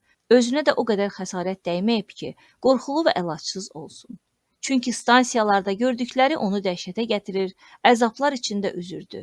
Əyinlərində köhnə şinel, cır-cındır içində, arabacıqda, qoltuq ağacında əlsiz ayaqsız, kor, şilküt olmuş, yurtsuz, yuvasız bədbəxtlər bu stansiyada batıb, o stansiyadan çıxır, qatardan qatara keçir, yeməkxanalara və bufetlərə soxularaq kefli-kefli elə qışqırır, elə ağlayırdılar ki, adam sarsılırdı. Onları qarşıda nə gözləyirdi? Onların heç bir şeylə əvəz olunmayacaq, itkilərini nə ilə əvəz etmək olardı? Elə təkcə buna görə ki, belə bir müsibət ondan yan keçib, axı keçməyə də bilərdi. Əri kontuziyalı olsa da şikəst qayıtmayıb. Ukubala bütün dünyanın ən ağır işini görməyə hazır idi. Elə buna görə də əldən ayaqdan düşsə də, səbri tükənsə də heç vaxt şikayətlənmir, təslim olmur, üzə vurmurdu. Ancaq bu Yediyeyin dərdinə dərman deyildi. Nəsə eləməli, nə cür olur olsun, yaşayışının səmtini qəti müəyyənləşdirməli idi. Ölənəcən sərgərdan gəzməyəcək ki. Buna görə də axır vaxtlar tez-tez ağlına belə bir fikir gəlirdi. Bəlkə Allaha təvəkkül eləyib özünü bir şəhərə vursun, sonrası da Allah kərimdir. Ax, bircə sağalaydı, bu lənətə gəlmiş kontuziyadan xilas ola bilərdi. Onda yenə də çalışıb çapalamaq olardı. Özünə gün ağlaya bilərdi. Şəhərdə başlarına nə desən gələ bilərdi, amma yavaş-yavaş yovuşub başqaları kimi şəhərli də ola bilərdilər. İntihası taliləri ayrı cür gətirdi. Yaxşı deyiblər, sən saydığını say, gör fələk nə sayır. Bu işə ayrı ad qoymaq olmazdı. Onlar Kumbel stansiyasında deponun kömür yığılan həyətində bir vaqon kömürü tığ vurmaq üçün çalışıb tər tökdükləri günlərin birində bura dəvə üstündə bir qazaq gəldi. Görünür çöldən öz iş gücündən ötürü gəlmişdi. Hər halda görkəmindən belə çıxırdı. Gələn adam dəvəsini çidarlayıb yaxındakı açıqlığa otlamağa buraxdı. Özü isə hərdən dönüb nigarançılıqla baxa-baxa boş bir kisəni qoltuğuna vurub uzaqlaşdı. Ay qardaş, deyə o Yediyeyin yanından keçəndə ayaq saxladı. Sən Allah, gözün dəvədə olsun, uşaqlar dəyib dolaşmasınlar. Çox yava şakərləri var. Heyvanla öcəşirlər, vururlar. Çuluqlu xatirinə çidarını da açarlar. Ləngiməyəcəm, indicə qayıdıram. Get, baxaram deyə Yediyey onu arxayın elədi. Əski ilə üz-gözünü sildi. Tər də ki, peydərpey axırdı. Yediyey onsuz da kömür tökülmüş yerdə əl arabasını doldururdu. İşarası dəvəyə baxmaq ondan nə aparırdı ki? Tək ki, stansiyanın dəcəlləri dəvəni təntitməsinlər. Çünki bir dəfə onların hərəkətini görmüşdü. Heyvanı hirsləndirib bir günə saldılar ki, o da nərildəyə-nərildəyə tüpürür, uşaqları qabağına qatıb qovurdu. Onlara da kef üçün elə bu lazımdı. Daş dövrünün ovçuları kimi heyvanı araya alıb bağırır, əllərinə keçən daş kəsək, ağacla yazığı vururdular. Sahibi gəlib çıxana kimi yazıq dəvənin başına min bir oyun açırdılar. Elə bu dəfə də haradansa bir dəstə cır-cındırlı uşaq tökülüşüb futbol oynamağa başladılar. Topu var gücləri ilə çidarlanmış dəvənin üstünə vururdular. Dəvə ürküb çəkilir, onlar da topla dəvənin böyrünə ilişdirir, bir-birinin bəhsinə daha güclü, daha sərrast zərbə endirməyə çalışırdılar. Hədəf vuran elə sevinib tullanırdı ki, elə bir qol vurub. Bura bax, ey, rədd olun buradan, əl çəkin eyvandan. Yedigey kürəyi qaldırıb onları hədələdi. Rədd olun, əlim dəyməmiş. Uşaqlar çəkildilər. Dedilər ki, bəlkə dəvənin yiyəsidir. Bir də ki, kömür fəhləsinin çox vahiməli görkəmi vardı. Kim bilir, bəlkə də içib, onda əlindən qurtarmaq olmaz. Ona görə də topu qova-qova uzaqlaşdılar. Hardan biləydilər ki, qorxusuz, ürküsüz istədikləri qədər dəvəni cırnadıb özündən çıxara bilərdilər. Yedigey ancaq onları qorxutmaq üçün kürəklə hədələmişdi. Əslində o vaxtki halında uşaqların dalınca qaça bilərdimi? Arabaya bir kürək kömür atınca onunki ona dəyirdi. Heç vaxt ağlına gəlməzdi ki, zəiflik, xəstəlik və yararsızlıq bu dərəcədə rəzil və həqir bir şeymiş. Başı müdam hərlənirdi. Tər də bir tərəfdən. Heysiz halsız bu yandan da kömür tozu nəfəsini kəsir, sinəsi qara qatı bəlğəmlə dolurdu. Ukubala çalışırdı ki, işin əsas hissəsini öz üstünə götürsün. Təki Yedigey kənarda oturub biraz dincələ bilsin. Əl arabasını özü yükləyib tığın üstünə qaldırırdı. Yedigey də arvadının bu əzabına dözə bilmir, yerindən qalxır, gicəllənə-gicəllənə təzədən işə başlayırdı. Dəvəni tapşırıb gedən adam birazdan çiyini yüklü qayıtdı. Yükünü yerbəyer eləyib yola çıxmağa hazırlaşanda Yedigeyə yaxınlaşdı ki, onunla bir-iki kəlmə kəssin. Sözləri də tutdu. Bu elə həmin Boranlı Razyezdindən olan Qazanqapın özü idi. Onlar yerli çıxdılar. Qazanqap dedi ki, elə o özü də nəsillikcə Aral sahili aullarındandır. Bu onları daha tez yaxınlaşdırdı. O vaxt heç kimin ağlına gəlmirdi ki, bu görüş Ukubala ilə Yedigeyin bütün gələcək ömür yolunu müəyyən edəcək. Qazanqap sadəcə olaraq onları inandıra bildi ki, elə onunla birlikdə Boranlıya yollansınlar, orada yaşayıb işləsinlər. Adam var ki, elə ilk görüşdən özünə inam yarada bilir. Qazanqapda sən deyən elə bir şey də yox idi. Əksinə, ondakı sadəlik göstərirdi ki, bu adam həyatın ağır keşməkeşlərindən keçib müdrikləşib. Görkəmindən adicə bir qazaqdı. Paltarı da çox geyilməkdən soluxub bədəninə münasib şəkildə əyninə oturmuşdu. Aşılanmış keçi dərisindən şalvarı da boş yerə geyinməmişdi. Dəvəyə minmək üçün münasib idi. Yaxşını yamandan seçən adama oxşayırdı. Nisbətən təzə qorunub saxlanmış bayrılıq dəmir yol şapkası ona yaxşı yaraşırdı. Uzun illərin nimdaşı, xrom çəkmələri bir neçə yerdən çirişli sapla, səliqə ilə yamanmışdı. Həm də onun köklü, işlək çöl adamı olduğu, qızmar günəşin və daim küləklərin yandırıb qaraltdığı bərkimiş sifətindən və möhkəm damarlı əllərindən bilinirdi. Ağır iş vaxtından əvvəl qəddini əymişdi, çiyinləri sallana qalmışdı. Özü ortaboy olsa da, boğazı lap erkək qaz boğazı kimi uzanırdı. Çox qəribə gözləri vardı, qonur, hər şeyi anlayan, diqqətli, güləş, qıyılanda dövrəsində şua kimi qırışlar uzanırdı. O vaxt Qazanqapın 40-a yaxın yaşı vardı. Bəlkə də qısa vurulmuş cod bığları, yığcam qonur saqqalı ona isti soyuq görmüş kamil adam görkəmi verirdi. Amma hər şeydən çox etibar qazandıran onun ağıllı danışığı idi. Ukubalada da elə başdan bu adama hörmət yaranmışdı. Nə deyirdisə, hamısı yerinə düşürdü. Danışdıqları da ağlabatan sözlərdi. İndi ki deyirdi bu cür bəla üz verib, beyni sarsılıb, xəstəlik hələ canından çıxmayıb. Niyə gərək canına qəsd eləyəsən? Mən, deyirdi o saat hiss elədim ki, Yedigey, bu iş sənə zorla başa gəlir. Hələ canın belə iş üçün bərkiməyib. Güclə ayağını sürüyürsən. Hələlik sənə yüngül bir iş lazımdır. Açıq havada olarsan, təzə süd içərsən. Məsələn, elə deyək bizim Razyezddə yol işində işləmək üçün adama böyük ehtiyacımız var.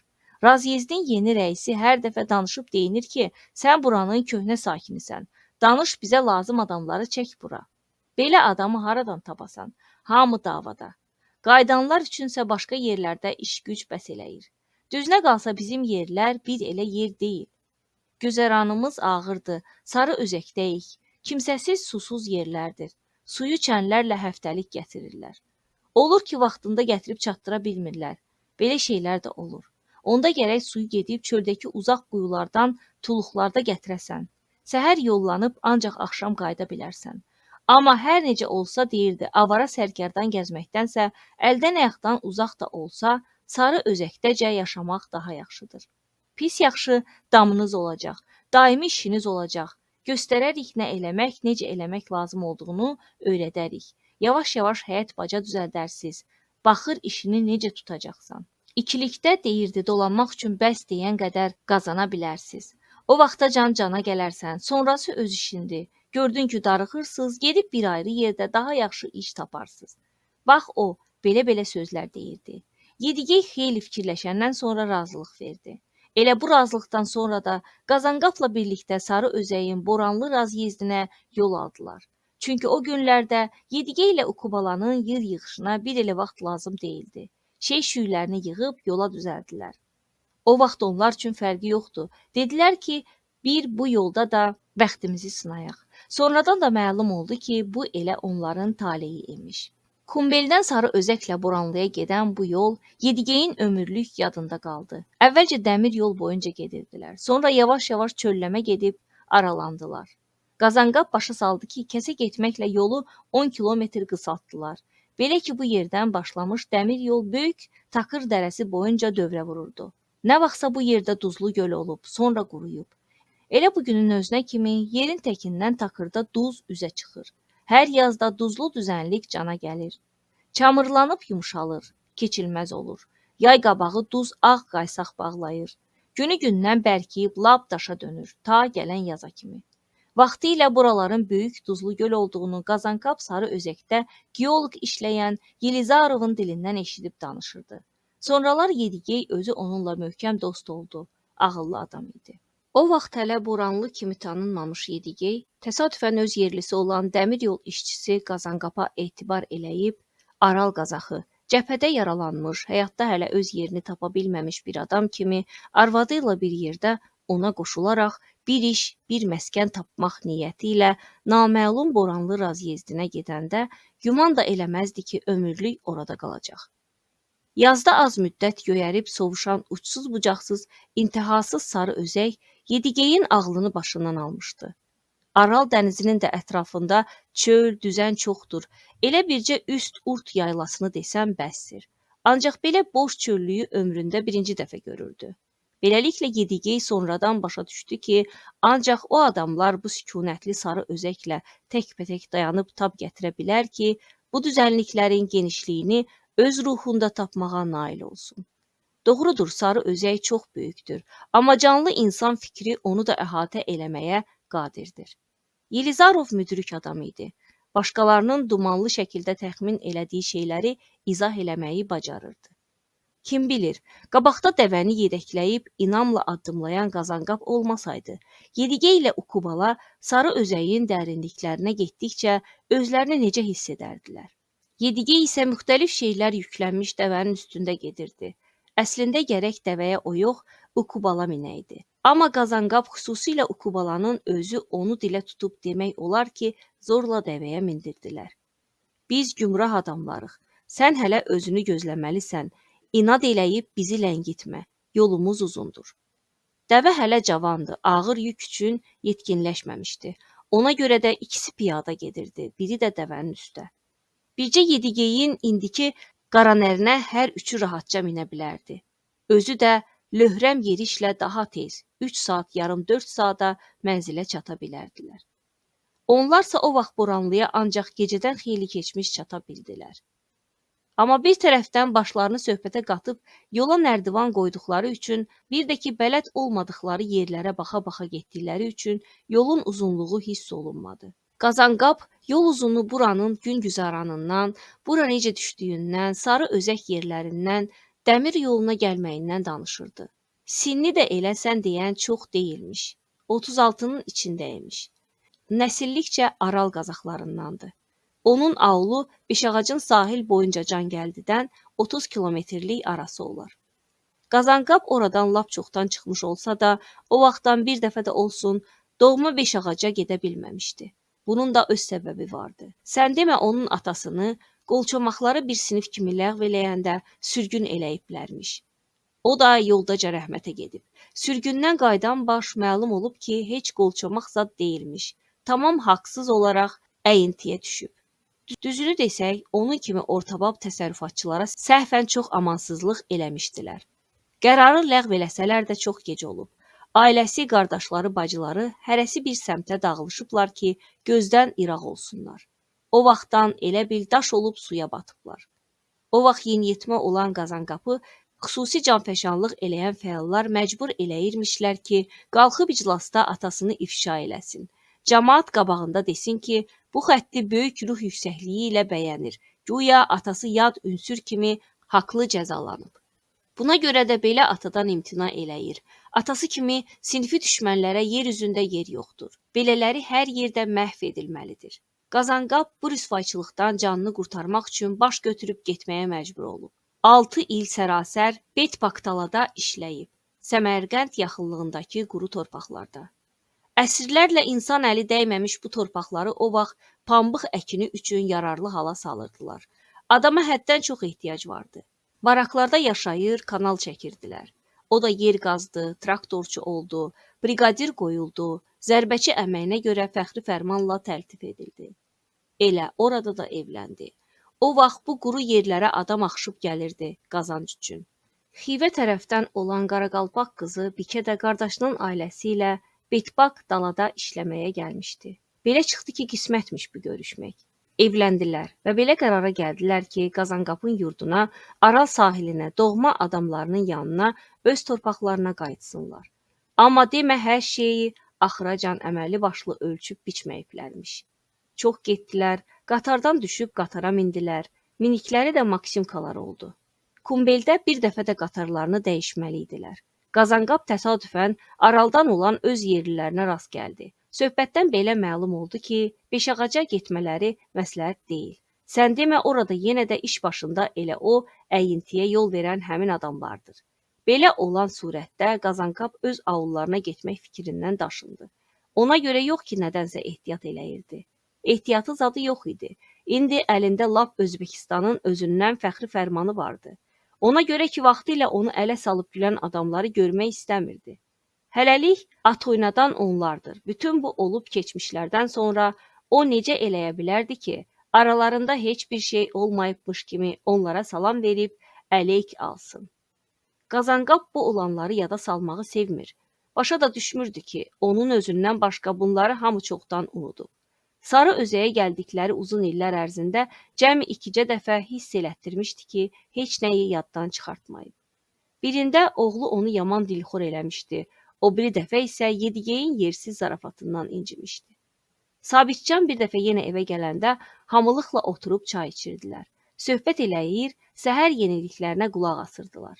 Sözarası Sabitcan rişxəndlə gülərək dedi ki, kollektivləşmə dövründə Sin-Sizyana qaçan Qazaxlar və Qırğızlar təzədən geri qayıdırlar. Çin onları kommunallarda yaman sıxışdırıb, evlərində yeməyi qadağan eləyiblər. Gündə 3 dəfə, özü də ancaq ümumi tiyanda yeməliymişlər. Məmə yeyəndən pəpə yeyənə kimi hamı qaşığı əlində növbəyə dayanırmış. Çinlilər onları elə günə salıblar ki, hamısı var-yoxunu atıb geriyə qaçır. Elə bil başlarına qaynar su əndəriblər. Ayaq öpməyə razıdılar, təki geri qayıtmağa icazə versinlər. Burada öyünməli nə var ki, deyə Qazanqap qaraldı, hirsindən dodaqları səyirdi. Çox nadir hallarda belə vəziyyətə düşərdi, amma yenə də oğlu ilə bu cür hissli danışmazdı. Çünki dini imanı idi, heç nəyini əsirgəməzdi. İnanırdı ki, o da adam olub adam içinə çıxacaq. Sən axı buna niyə gülürsən? Boğuq bir səslə əlavə etdi. Cini başına vurduğundan daha da gərginləşirdi. Axı bu insan zəlalətidir. Bəs necə danışmalıyam? Əcəb işdir, deyə Sabitcan etirazını bildirdi. Necə var, elə də danışıram. Atası dinmədi, çay piyaləsini kənara çəkib sustu, amma onun bu sükutunda dözülməz bir zəhim vardı. Bir də ki, axı kimdən inciyəsən? Sabitcan təəccüblə çiynini çəkib deyindi. Başa düşmürəm, bir də təkrar eləyirəm, kimdən inciyəsən? Zamandan? Zaman ələ gələn şey deyil, dövlətdən buna da haqqımız yoxdur. Bilirsən Sabitcan, mənim işim mənə görə olan işdir. Yəni əlimdən gələn. Ayrı məsələlərə baş qoşmuram. Bir şeyi yadında saxla oğlum. Elə bilirdim öz ağlınla bunu qanmısan. Amma görürəm yox. Yaddan çıxarma ki, təkcə Allahdan narazılıq ola bilməz. Əgər ölüm verirsə, deməli ömür başa çatıb. Adam doğulub ki, vaxtı çatanda da ölsün. Yerdə qalan nə varsa hamısına cavabdehlik lazımdır. Qazanqap yenidən dik durdu. Heç kimə baxmadan əsəbi halda sükut içində evdən çıxıb harasa getdi. Bir dəfə isə Kumbeldən gəldikdən çox-çox sonradan Boranlıda artıq kök atıb bərkimişdilər. Uşaqlar dünyaya gəlib böyümüşdü. Biraz günüşər vaxtı mal qaranı ağla ötürəndə Yedigey artıb törəmiş qoyun quzuya baxıb zarafatla dedi. Yaman yağlanıb tüklənmişik qazan əkə. Qorx ki, təzədən qolçomaq kimi ləğv eləməsinlər. Yava-yava zəvzəkləmə. Əşi, yəni zarafat da eləmək olmaz. Belə şeylə zarafat olmaz. Boşla görək qazan əkə, üstündən 100 il keçib. İşdə elə bundadır. Var alsalar ölməzsən, dözərsən. Amma varlığını tapdalasalar düzəlməyəcək. Amma o gün ki sarı özəklə Boranlıya yol almışdılar, belə söhbətlərə hələ çox qalırdı. Hələ heç kim bilmirdi ki, onların Boranlı razyezdinə gəlişi nə ilə və necə nəticələnəcək. Burada nə qədər bənd ala biləcəklər, kök ata biləcəklərmi? Ya yenə də baş alıb bu yer sənin, o yer mənim dünyanı gəzəcəklər. Söhbət adicə gün güzarandan gedirdi. Yedigey söz gəlişi maraqlandı ki, nə əcəb onu əskər aparmayıblar. Bu xəstəliyə zada görə olmayıb ki. Şükür Allaha salamatam deyə Qazanqap cavab verdi. Xəstəliyim filanım olmayıb. Gümanımca başqalarından pis vuruşmazdım. Məsələ başqa cür oldu. Qazanqap Beşağaca getmək fikrindən daşınandan sonra onlar bir müddət Kumbeldə küllənməli oldular. Çarə nə idi? Hara getsinlər? Bir də o boyda yol basıb quru çölə qayıtmayacaqdılar ki. Qalmalı olsaydılar elə qalardılar da. Arala qayıtmaq fikrindən də vazgeçmişdilər. Bəxtlərindən stansiyanın rəisi xeyirxah adammış. O fağırları görüb sorğu-suala tutur. Haradan gəldiklərini, nə işlə məşğul olmaq niyyətində olduqlarını öyrənir. Elə o gündə Qazanqapla Bikəni yolüstü bir yük qatarına oturdub Boranlıya yola salır. Deyir ki, orada adama ehtiyac var. Hər ikinizə iş tapılar. Razyezd rəisinin üstünə məktub yazır. Səhv də eləməmişdi. Bu yerlərin ağır zəhmətinin yanında quru çöl toya getməli idi. Heç olmasa orada gözün adam görürdü. İş də qaynayıb daşırdı. Sarı özəyin susuz çöllərin nə qədər qorxulu görünsə də, yavaş-yavaş öyrəşdilər. Çəmini tapıb güzəranlarını qurdular. Pis yaxşı öz əli öz başı. Adları bölmə dəmir yol fəhləsi olsa da ancaq razyezdə tələb olunan bütün işləri görməli idilər. Qazanqapla onun cavan arvadı Bikənin birgə həyatı Sarı özəyin bu kimsəsiz Boranlı razyezdində belə başlandı. Düzdür, bir-iki dəfə fikirlərindən keçmişdi ki, biraz puldan paradan düzəldib başqa bir yerə, stansiyaya ya da şəhərə yaxın bir yerə köçsünlər. Ancaq özlərini yığışdıranacan müharibə başlamışdı. Boranlıdan eşelonların ağzı açıldı. Şərqdən qərbə əskər, qərbdən şərqə köçürülənlər. Qərbə taxıl, şərqə yaralı. Dövranın necə dəyişdiyi Boranlı kimi əldən ayaqdan uzaq yerdə də bütün kəskinliyi ilə hiss olunurdu. Bir-birinə dirənmiş paravozlar bar-bar bağırır, semaforun açılmasını tələb eləyir, qarşıdan gələnlər də səsdə onlardan geri qalmırdılar. Şpallar ağırlığa dözmür, ardı-arası kəsilməyən ağır yüklü qatarların təzyiqinə tab gətirməyib əyilir, əzilir, vaxtından əvvəl sıradan çıxırdı. Relsin birini dəyişib təzələməmiş, yolun o biri ayrı yerindən başqa təmir işi çıxırdı. Elə bil dünyanın axırı idi. Gecə-gündüz, həftələrlə, aylarla, sonra da illərlə dolu eşelon üst tutmuşdu cəbhəyə. Hamısını da qərbə. Bu qədər qoşunu haradan yığırdılar, aparırdılar o yerə ki, iki quruluş toqquşub, ölüm-dirim savaşına çıxmışdı. Birazdan Qazanqapın da növbəsi çatdı. Dedilər ki, cəbhəyə getməlisən. Kumbeldən çağırış vərəqəsi göndərdilər ki, toplanış məntəqəsində olmalısan. Razyezdin rəisi daş atıb başını tutdu. Yaxşı yol işçisini aparırdılar. Onsuz da Boranlıda iki cüt bir tək adam vardı. Əfsus, əlindən nə gəlirdi? Onu eşidən kim idi? Kimə nə var ki, razyezddə vəziyyət necədir? Kimə nə var ki, paravozlar semafor qabağında bar-bar bağırır? Ağzını açıb bir kəlmə desən ki, əlavə bir ehtiyat yol da lazımdır, gülərlər. Kim bu haydadır? Düşmən Moskvaya girmək istəyir. Müharibənin ilk qışı kandarı kəstirmişdi. Elə bil qış tələsir, özü ilə boran, çiskin, ayaz gətirirdi. Gecə başlayan qar səhərəcən yağmışdı. Əvvəlcə tək-tək, seyrək, dalısı isə quşbaşı. Sarı özəyin dipsiz sükunəti içində düzü dünyanı ağzına alaraq, dərələrə, təpələrə, çala-çuxura örtük çəkib yağır, hər yeri göylərin bakirəliyindən enmiş bəyazlığa bürüyürdü. Elə o saatda sarı özək küləyi özünü tərpədib, hələ yatıb yapıqmamış qarın üstü ilə yüngülcə əsməyə başladı. Bu, hələ ilk sınaq küləyi idi. Sonra bu külək çovğun eləyəcək, qasırğa qopardacaq, boranlayıb qarı sovuracaqdı. Bəs onda gicgah damarı kimi böyük sarı düzlərin özəyindən keçən nazik dəmir yol xəttinin vəziyyəti necə olacaqdı? Damar vururdu, gedirdi qatarlar, gedirdi elədən belə, belədən elə. Həmin səhəri Qazankap cəbhəyə yola düşdü. Özü də tək gedirdi, ötürən də yox idi. Onlar evdən çıxanda Bikə dayanıb dedi ki, qara baxa bilmir, başı hərlənir. Qazankap bələmiş uşağı tezcə onun əlindən aldı. O vaxt Ayzadə təzə doğulmuşdu. Onlar yollandılar. Bəlkə də bu sonuncu dəfə idi ki, qar üstündə yanaşı iz salırdılar. Əslində arvad onu yola salmırdı. Əksinə o yolüstü bir yük qatarına minib Kumbelə yollanmazdan arvadını yol çevirən köşkün yanına qədər ötürmək istəyirdi. İndi Bikə yol çevirən vəzifəsində ərini əvəz edəcəkdi. Onlar elə burada da vidalaşdılar. Nə söz söhbətləri vardı, hamısını hələ gecədən danışmışdılar. Paravoz dayanmışdı. Maşinist Qazankapı yanına çağırır, tələsdirirdi. Qazankap onun yanına qalxan kimi paravoz uzun bir fit verib sürətini artırdı. Ərinin çəkmələrini geyinib, baş gözünü şalla sarıyıb, belini kəmərlə çəkmiş, bir əlində yol bayrağı, bir əlində də uşaq tutan Bikənin açdığı yolla ötüb keçdi. Son dəfə bir-birlərinə əl elədilər. Sifət, baxışlar, əllər, semaforun işıqları ötüb dalda qaldı. Qatar isə sürətini artırır, bəyaz röyə kimi səssiz yaxınlaşıb səssiz uzaqlaşan sarı özək çöllərinin süd örtüyünə səs salaraq gürültü, nərilti ilə ötüb keçirdi. Paravoza dolan külək ocaqda yanan kömürün tünd iyinə qarışaraq çöllərin təptəzə qarının pak ətrini gətirirdi. Qazankap çalışırdı ki, sarı özək çöllərinin bu qış ətrini ciyərlərinə mümkün qədər bol-bol çəksin və birdən başa düşdü ki, daha bu çöl onun üçün yad deyil. Kumbeldə səfərbərliyə alınanları yola salırdılar. Hamını sıralara düzüb, ad-bad çağırır, vaqonlara bölürdülər. Bax elə burada da qəribə bir hadisə baş verdi.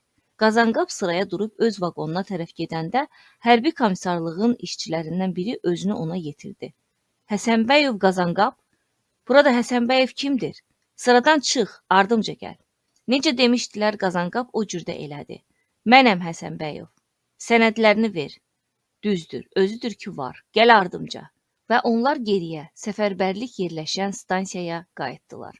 Həmin adam ona dedi. Bilirsən nə var Həsənbəyov? Qayıt get evinə. Haradan gəlmisən, düz ora. Başa düşdün? Başa düşdüm, Qazankap cavab verdisə də, əslində heç nə başa düşmədi. Hə, de onda yeri. Buralarda əl-ayağa dolaşma, sən azadsan. Qazankap yola düşən və yola salan cəmaatın səs-küyü içində tamam çaşbaş qalmışdı. Əvvəlcə işin belə dəyişməsinə sevindi də. Ancaq birdən beynindən keçən ani bir fikirdən bədənini dözülməz bir qızışma bastı. Deməli belə, o qapının qabağını tıxayan adamları itələyə-itələyə səfərbərlik rəisinin qapısına tərəf soxuldu. Rəisin otağına girmək istəyənlər onun üstünə qışqırdılar. Hara soxulursan? Mənim vacib işim var. Eşelon gəlir, vacib işdir deyə adamları yarıb özünü içəri soxdu. Otaq papiros tüstüsündən göm-göy duman içində idi. Adamların aralığa aldığı, çığırmaqdan səsi tutulmuş rəis kağız-küğüz və telefon aparatları ilə dolu olan stolun dalında oturmuşdu. Qazankap ona tərəf cumanda kişi sir sifətini turşudub başını qaldırdı. Nə deyirsən, nə məsələdir? Mən etiraz eləyirəm. Nəyə etiraz eləyirsən? Mənim atama bəraət qazandırıblar, nahaqdan əyintiyə düşmüş adam kimi. O qolçamaq olmayıb. Öz kağız-küğüzlarınızı yaxşı yoxlayın. O, ortabab kimi bəraət alıb. Bir dayan görüm, axı nə istəyirsən? Əgər məni bu səbəbə görə saxlamısınızsa, bu düzgün deyil. Ay kişi, cəfəng danışma. Qolçamaq, ortabab, indi bu kimin vecinədir? Haradan gəlmisən, kimsən? Həsənbəyov, Boranlı razyezdindənəm. Rəis siyahlara baxdı. Bunu bayaqdan desənə, zəhləmizi tökürsən ki, ortabab belə gəldi, qolçamaq elə getdi. Yoxsulu da lap belə-belə olsun. Al, bu da sənin imtiyaz kağızın. Düz çağırmayıblar. Şəxsən Stalin yoldaşın öz əmri var. Dəmir yolçulara toxunulmasın. Hər kəs öz yerində qalır. Buralarda əl-ayağa dolaşma. Yeri get birbaşa öz razyezdinə. İş gör. Gün batanda onlar Boranlıya çata-çatdaydılar. İndi onlar yenə də dəmir yoluna yaxınlaşırdılar. O tərəf, bu tərəfə yol alan qatarların fit səsi eşidilirdi. Qatarların növünü də seçmək olurdu. Uzaqdan çöllüyün ortasından onlar oyuncaq kimi görünürdülər. Arxa tərəfdən batan günəş yavaş-yavaş sönür, söndükcə də tərtəmiz dərələri kölgələyir, təpələri işıqlandırırdı. Beləcə hiss olunmadan toran qarışır, havanı göyümtül qaranlıq və hələ də qışın nəmişliyini saxlamış soyuq yaz torpağının ətri ilə doldururdu. Bax, bu da bizim Boranlı deyə Qazanqap dəvənin üstündə gedən Yedigeyə və yanınca yeriyən Ukubalaya tərəf dönüb əli ilə işarə verdi. Daha az qalıb. Allah qoysa tezliklə çatarıq, dincələrsiz. Qarşıdakı dəmir yolunun azacıq burulduğu meydan kimi boş bir yerdə bir neçə ev görünürdü.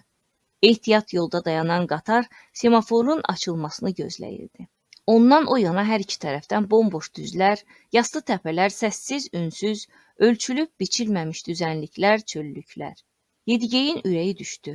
Öz sahil düzlərinin sakini olsa da, Aralın boş səhralarına alışmış olsa da, belə şeyi gözləmirdi. Sahilində boyatdığı dəyişkən mavi dənizdən susuz, dənizsiz ölü bir yerə. Belə yerdə yaşamaq olarmı? Yedige ilə yanaşı gedən Ukubala əlini onun ayağına toxundurdu. Bir qədər beləcə gedib əlini götürmədi. Yedigey onu başa düşdü.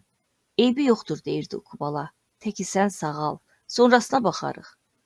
Onlar mənzil başına çatdılar. O mənzil ki, sonradan məlum olduğu kimi uzun ömürgün sürdülər. Qalan bütün ömürlərini keçirməli oldular. Gün tezliklə batdı. Artıq qaranlıqda sarı özək göylərində sayı hesabı olmayan ulduzlar apaydın görünəndə onlar da Boranlıya çatdılar. Bir neçə gün Qazanqapgildə qaldılar. Sonra ayrıldılar. O vaxt yol fəhlələri üçün ayrılmış barakda onlara bir otaq verdilər. Təzə yerdəki həyatları elə buradan başlandı. Bu kimsəsiz sarı özəkdə, xüsusilə də təzə vaxtlarda qatlaşdığı əziyyətə baxmayaraq, Yedigeyə iki şey mənfəətli oldu. Hava, bir də dəvə südü. Havada elə bil ki, əzəli saflıq vardı ki, bu qədər pak başqa bir şey çətin tapılaydı. Süd məsələsini Qazanqap düzəltmişdi. 2 sağmal dəvəsindən birini ona vermişdi. Biz arvadla məsləhətləşib götür qoy elədik, dedi. Bizə süd bəs eləyir. Siz də bizim o ağca mayanı özünüz üçün sağın. Bu dəvə hələ cavandır. Cəmi 2cə qarın doğub. Özünüz qulluq eləyin, bəhəri də sizin. Amma gözünüz köşəkdə olsun, qoymayın acından üzülsün. O sizindir. Arvadla məsləhətimiz belə olub, onu verdim sənə. Yedigey, damazlıq üçün verirəm. Yaxşı baxarsan, artıb sürü olar. Birdən köçüb getmək istəsəniz, satarsan, puldan paradan düzəldərsən. Ağcanın balası cəmi həftə yarım əvvəl doğulmuş, qara başlı, balaca qaramtıl, qoşa donqarlı bir köşəkdir. Çox təsirli gözləri vardı. Hərdən bir anasının yanında qaça-qaça atılıb düşərək oynaqlayanda, balaca ağılda tək qalan vaxtlar insan səsinə bənzəyən səslə yazıq-yazıq mələyəndə çox məzəli olurdu. Kimin ağlına gələrdi ki, gələcəkdə bu köşək böyüyüb Boranlının məşhur qara nəri olacaq.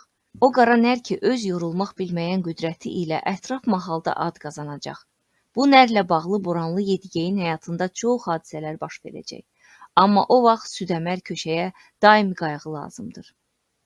Yedigey ona yamanca bağlanmışdı. Olub qalan boş vaxtlarını onunla əlləşirdi. Qış girəndə qaranər xeyli böyüyüb boyatdı. Soyuqlar düşəndə ona qarnının altında düymələnən isti canlıq tikdilər. Bu canlıqda o lap gülməli görünürdü. Ancaq başı, boynu, ayaqları, bir də 2 donqarı bayırda qalırdı. Bütün qışı canlığı çıxartmadılar. Gecəni gündüzü çöldə açıq havada gəzib dolanırdı. O ili qışın girəcəyində Yedigey hiss elədi ki, yavaş-yavaş gücə dolur. Hətta baş gicəllənməsinin nə vaxt çəkildiyini belə hiss eləməmişdi. Tədricən qulaqlarındakı uğultu da azalmağa başladı. Daha iş vaxtında onu həmişəki kimi tər basmırdı. Qışın oğlan çağında isə yolları qardan təmizləmək üçün o da hamı ilə bərabər köməyə getdi. Sonralar o qədər bərk idi ki, gəl görəsən, axı cavan idi. Elə özü də binədən zorlu adam idi. Biraz əvvəl keçirdiyi ağır, ayağını güclə sürüdüyü günlər unudulmuşdu. Sarı saqqal həkimin dedikləri düz çıxdı. Kefinin duru olan vaxtlarında köşəyi oxşayır, boynunu qucaqlayıb zarafatla deyirdi. Biz deyəsən süd qardaşı kimi bir şeyik, maşallah. Ağcanın südündən gör necə böyümüsən. Mənim də deyəsən kontuziyadan canım qurtarıb. Allah eləsin bir dəfəlik olsun. Fərqimiz ondadır ki, sən birbaşa əmcəkdən əmirsən. Mənsə sağıb şubat düzəldirəm. Uzun illər keçəndən sonra artıq Boranlı qaranərin şöhrəti aləmə car olanda sarı özəyə bir neçə adam gəldi ki, onun fotosunu çəksin. Bu zaman müharibə unudulub getmişdi. Uşaqlar oxuyurdu. Artıq razyezddə su nasosu qurğusu qoyulmuşdu. Bununla da su qıtlığı problemi həll olunmuşdu. Yedigey isə üstü dəmir taxtapuşlu ev tikdirmişdi. Bir sözlə bu qədər əzab-əziyyətdən, sərgərdanlıqdan sonra axır ki, həyat yoluna düşüb davam elədiyi vaxt bir elə söhbət oldu ki, bu söhbət sonralar uzun müddət Yedigeyin yadından çıxmadı. Fotomüxbirlərin gəlişi. Onlar özlərini belə təqdim etmişdilər. Əlbəttə, yeganə hadisə deməsək də, Boranlının tarixində nadir hadisə idi. Diribaş, söhbətçil fotomüxbirlər 3 nəfərdir. Bolluca da vəd verdilər. Deyirdilər, gəlişimizdə məqsəd odur ki, Boranlı Qaranərin şəkli bütün qəzet və jurnallarda çap olunsun. Öz sahibi ilə birlikdə Qaranərin ətrafında səsküy, vurnuxma, dəvənin o qədər də xoşuna gəlmirdi. O hirslənib nərildəyir, dişlərini qıcıdır, başını dartıb qaldırırdı ki, əl çatmasın. Onu rahat buraxsınlar. Gələnlər hey Yedigeydən xahiş etməli olurdular ki, dəvəni sakitləşdirsin. Onu gah bu, gah da o biri tərəfə döndərsin. Yedigey də hər dəfə uşaqları, arvadları, lap Qazanqapın özünü də çağırırdı ki, bir yerdə şəkillərini çəkdirsinlər. Özlüyündə deyirdi ki, belə olsa yaxşıdır. Fotomüxbirlər buna məmnuniyyətlə razılıq verir, cürbəcür aparatlarla çaqq-qaçaq çəkirdilər. Əsas nömrə uşaqların hamısının birdən Boranlı Qaranərə mindirildiyi məqam idi. İkisi boynunda oturmuşdu, beşi də belində. Tən ortada da Yedigey özü yerləşmişdi. Yəni ki, baxın, görün dəvədə nə güc var. Uşaqların səs-küyünün, sevincinin həddi-hüdudu yox idi. Lap axırda fotomüxbirlər boyunlarına aldılar ki, Qaranəri adamsız təkcə çəkmək onlara daha vacibdir. Gözümüz üstə, nə söz ola bilər ki? Hə, bax onda aparatlar Qaranərə tuşlandı, nə tuşlandı. Böyürdən, qabaqdan, yaxından, uzaqdan necə bacardılarsa o cürdə çəkdilər. Sonra da Yedigeyin və Qazanqapın köməyi ilə ölçülər götürdülər. Boynunun kökündən aşağı hündürlüyünü ölçdülər. Döşünün enini, gövdəsinin uzunluğunu ölçdülər və yazdıqca da heyrətləndilər. Əla bakteriyandır. Bax, genlər özünü burada göstərib. Klassik bakterial cinsdir. Sən bir döşün eninə bax. Eksteriyerə bax. Əlbəttə, Qaranər haqqında belə sözlər eşitmək Yedigey üçün xoş idi. Amma bəzi sözlərin mənasını başa düşmədiyi üçün soruşmalı oldu. Məsələn, bakteriyan. Sən demə, elm aləmində qoşa donqar qədim dəvə cinsi belə adlanırmış. Deməli, bu bakteriyandır. Saf cinsdir, almaz kimi. Bəs bu ölçülər nəyinizə lazım idi götürürdünüz? Elmi məqsədlər üçün. Qəzet və jurnal əhvalatında gələnlər əlbəttə özlərini hörmətə mindirmək üçün Boranlıların gözünə kül üfürmüşdülər. Amma yarım ildən sonra xüsusi bağlama ilə Zootexnika fakültəsi üçün dəvəçilik üzrə yazılmış dərslik kitabı göndərdilər. Kitabın üz qabığının bəzəyi klassik bakteriyan Boranlı Qaranər idi. Bir xeyli şəkil də göndərmişdilər. İçində rənglisi də vardı. Elə bu fotolara baxanda bilmək olardı ki, o vaxtlar xoşbəxt firavan günlərmiş. Müharibədən sonraki illərin çətinlikləri sovuşub getmişdi. Uşaqlar da hələ balacaydı. Böyüklər sağ-salamat, qocalar da hələ dağlar dalında. Həmin gün Yedigey qonaqların adına qoyun kəsdi. Boranlıları da dəvət eləyib gözəl bir məclis qurdu. Şubat, araq, yemək-içmək doluydu. O vaxt Razyezdə səyyar vaqon mağaza gələrdi. Ürəyin nə istəsəydi tapa bilərdin, təki pulun olsun. Cürbəcür krablar, qırmızı kürü, qara kürü, müxtəlif növ balıqlar, konyak, kalbasa, konfet, quş südü, can dərmanı. Ən maraqlısı da budur ki, şeyin bol olan vaxtı o qədər də çox almırdılar. Artıq nəyimə lazımdır? İndi o səyyar mağazanın yollarda heç izi tozu da qalmayıb. Onda yaman oturdular. Hətta Boranlı Qaranərin sağlığını da içdilər. Söhbətdən belə məlum oldu ki, qonaqlar Qaranər haqqında Yelizarovdan eşidiblər. Bəli, bunu Yelizarov demişdi ki, Sarı Özəkdə onun dostu Boranlı Yedigey yaşayır və bu dostu yer üzündə ən gözəl dəvənin Boranlı Qaranərin sahibidir. Yelizarov. Gözəl insan, Sarı Özəyi dərindən tanıyan alim. Yelizarov Boranlıya gələndə hər üçü Qazanqapla birlikdə bir yerdə olmalıydılar. Oturub sübhəcən söhbət eləyərdilər. Gah Qazanqap, gah da Yedigey bir-birinin sözünə qüvvət verə-verə qonaqlara buradakı dəvələrin ulu nənəsi, məşhur Ağbaş dəvə, Ağmaya və onun daha məşhur yiyəsi Anabeyt qəbirstanlığında dəfn edilmiş Nayman ana haqqında bir Sarı Özək rəvayəti danışdılar. Deməli, Qaranərin qanı həmin cinsdəndir. Boranlılar güman eləyirdilər ki, bəlkə də bu qəribə rəvayəti qəzetlərdən biri çap elədi. Qonaqlar dinləməyinə maraqla dinləyirdilər. Amma belə hesab elədilər ki, nəsildən nəslə keçən məhəllə əfsanədən başqa bir şey deyil. Amma Yelizarovun fikri tamam bambaşqa idi. O belə hesab eləyirdi ki, o vaxtın tarixi şəraitində bu rəvayət bəlkə də baş vermiş bir həqiqətdir. O belə söhbətlərə qulaq asmağı sevirdi. Özü də bu yerlərin keçmişindən xəbər verən rəvayətlərdən az bilmirdi. Axşam tərəfi qonaqları yola saldılar. Yedigey çox razı idi. Fərəhdən az qala uçurdu. Elə bəlkə buna görə ağzından yersiz söz qaçırtdı. Deyəsən qonaqlarla içməyi təsir eləmişdi. Neynəmək olardı, söz ağzından çıxmışdı. Düzünü de, qaza əkə, bəlkə qara nəriyi köşək vaxtı mənə bağışladığın üçün heyfsilənirsən. Qazanqap ona baxıb istehza ilə qımışdı. Görünür, belə söz gözləmirdi. Biraz duruxub cavab verdi.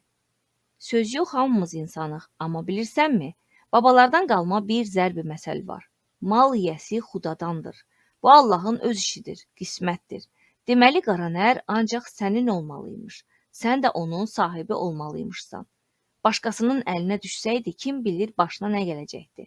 Bəlkə də heç salamat qalmazdı. Tələf olub gedərdi. Lap yarğandan uçulardı. Deməli, o sənin olmalıymış.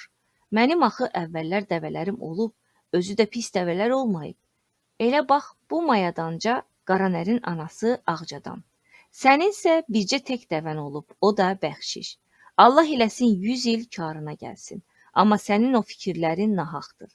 Bağışla, bağışla qaza əkə, Yedigey dediyindən peşman olub xəcalət çəkdi. Qazanqap söhbəti sürütləyib, görüb götürdüyü bir məsələni də ona açdı. Belə bir rəvayət eləyirlər ki, qızıl qanlı ağ mayadan 7 bala törənib.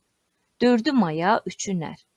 Elə o vaxtdan da mayalar açıq rəngli, ağbaş, nərlər isə əksinə qarabaş, yerlikləri isə şabalı da olur.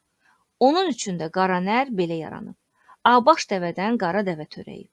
Bu onun həmin ağmaya nəslindən olacağına əsas sübutdur.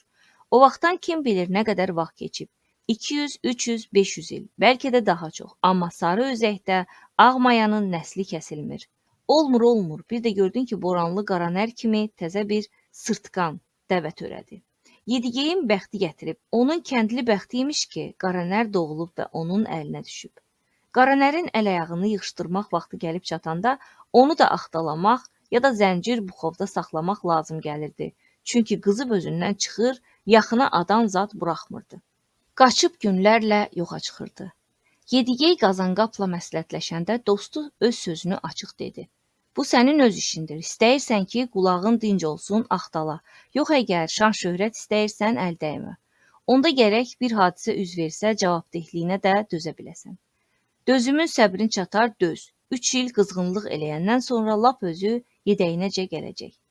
Yedigey boranlı qaranərə əl vurmadı. Ürəyi gəlmədi, əli qalxmadı. Onu elə atan saxladı. Bunun üstündə günlər oldu ki, qaranər ona qan utdurdu.